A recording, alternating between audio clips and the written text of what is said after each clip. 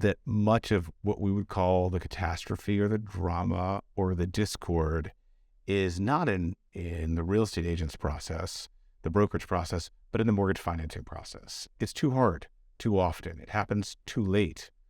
There are too many fees. It's too fearful in so many ways. So that's what we're working on, is to take the fear out of the mortgage process by making mortgage decisions faster, by using technology to make them more accurate, and then to eliminate a whole bunch of the cost, especially lender fees. We think lender fees are the most evil thing you could imagine in the real estate process. Yeah, and you can make that up, I guess, in volume and doing the amount of loans and helping the number of clients you guys are. You can operate on thinner margins. That's right. That's right. Yeah, we're in 33 states now, and that's we're doing pretty well, and we're having fun by partnering with the top teams in the country. And thank you. Now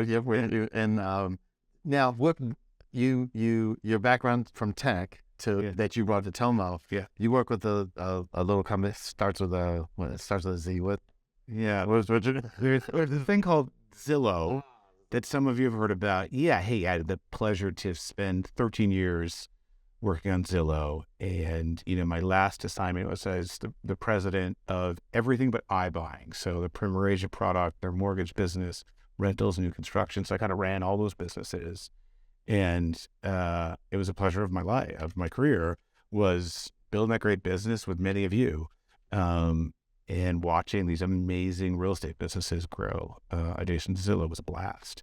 So I learned a few things. Yeah, you learned some things, and also you got to see how the boots on the ground work. Yeah. Because there was sometimes agents would say there was a disconnect, but and you got to actually, once you got to see the other side of the business, what translated for you from Zillow that helped make Tomo such the juggernaut that it is? Yeah. So let's play this out.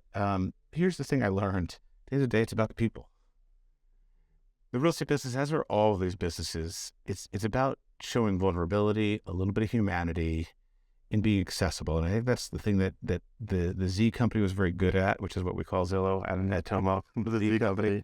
And what I think we're really making strides of at Tomo, and I tell the story of the elephant and the ant. So an elephant steps on an ant, not because it hates the ant, because it can't see it. And that's how many of us feel when we're dealing with big banks, or frankly, big government, big education, that we're not hated. But I hire many great folks that have worked at the big banks, Bank of America, for example, with a bunch of great teammates from there. They train great people, but at a certain point, it's so big, the bank can't see their loan officers. Their loan officers can't see sometimes their home buyers and their agents. And so what we're trying to do at Tomo is take that fundamental lesson that each house is someone's life. The precision really matters. I'll tell you something I do symbolic of each customer, each agent matters, is I personally put my personal cell phone number, my mobile number, on every single pre-approval letter. That's really cool. Yeah. So day or night, people call, and they do, especially real estate agents.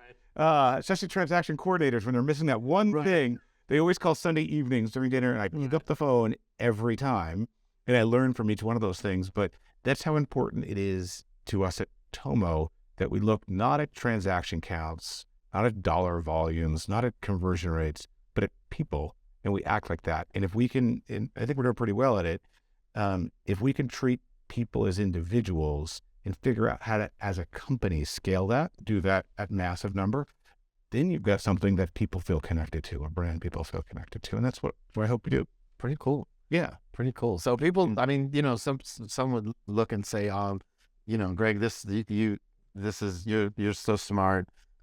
You're so successful. It just comes easy to you. I'm sure you never had any trials, tribulation. Oh my gosh. Setbacks, adversity. The name is, let's talk real. So what was a time, either, business or personal, a time of challenge and that happened, and how did you overcome it? Yeah. So, hey, we each have a journey, and none of our journeys or human journeys are the same, but none of them are easy. Right. And it's what makes us interesting, I think. I'll give you two things, both a challenge and some lessons. And lucky enough, I have just this wonderful mom and dad But dad was, and I think about myself as a parent, was really demanding. And my sport, did you play a sport as a kid? Yeah, wrestling. Wrestling. Okay, the wrestlers are tough. Yeah, that's tough stuff. I was a swimmer. I swam the butterfly, which is just a painful thing. Yeah. And I had this awesome dad, and he would drive me to swim practice. Even a little kid, I had a 5 a.m. swim practice, and I had another swim practice after school. What it taught me is you put the work in, you're gonna see the benefits. There's a clock at the end of the lane, and if you don't, you won't. And dad used to sit there with a legal pad, a big yellow pad. And he'd write down every lap of butterfly when it was around that I'd swum, and he'd record the time. And he'd ask me on my 20th lap of butterfly, why was my thumb dragging on top of the water? Why was I so lazy and weak that I hadn't put it in? And he did it with love. It wasn't like bad. But, when you're facing that level of scrutiny and expectation of precision, it teaches you a system in life, which is you can't not do the work. And so not a single thing of my careers, I got to tell you, has been easy, but I've never feared putting the time and the work in a rigorous, thoughtful way, because there's no other way forward. I'm not smarter than anybody else. I'm probably not as smart as many out there, but I'm willing to outwork them. And I'd give you, this is a small struggle, but one maybe people can connect with. I was a young guy, and I was working my tail off, and I wanted this promotion, and I was working at this company that many of you might not have heard of called Yahoo. And I was a top salesperson, and I was putting in, 80, 90-hour weeks. I was putting up big numbers. I really wanted this promotion. And I thought my teammates loved me. And I tried to give to everyone and be kind. And to my great shock, I didn't get this promotion that I worked for a year and a half or two, just solely focused on, to the exclusion of weekends and family and birthdays. I was that driven kid because of my dad's swimming stuff. Because it gets in your head and it creates discipline, like I'm sure wrestling has for you. There's a commonality with the individual sports thing, but There is, right? Yeah. There is, because you can't. There's no excuse. Yeah, you do it or you don't. He didn't pass me the ball, or Susie missed the shot. Yeah. No, it's when you're out there, it's just you. It's just you, and it's fearsome. So I did get this promotion, and it was one of the first is as a 20-something-year-old shocks. I've had many other bumps in the road, but that was one of my first shocks. And it taught me the most important thing I've learned about leadership. My teammates, who I cared deeply for, were the ones that took my legs out on the promotion, my friends. That was the biggest hurtful shock, was my friends didn't think I was ready. And I went to them and I said, well, I've been really kind to you and I've helped you on deals.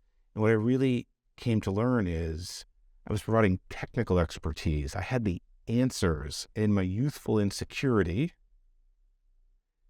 I thought that being the expert on everything was how people would follow a leader. Knowing everything, being the technical superior, that people would just follow me. And what I realized is my friends no longer connected with me.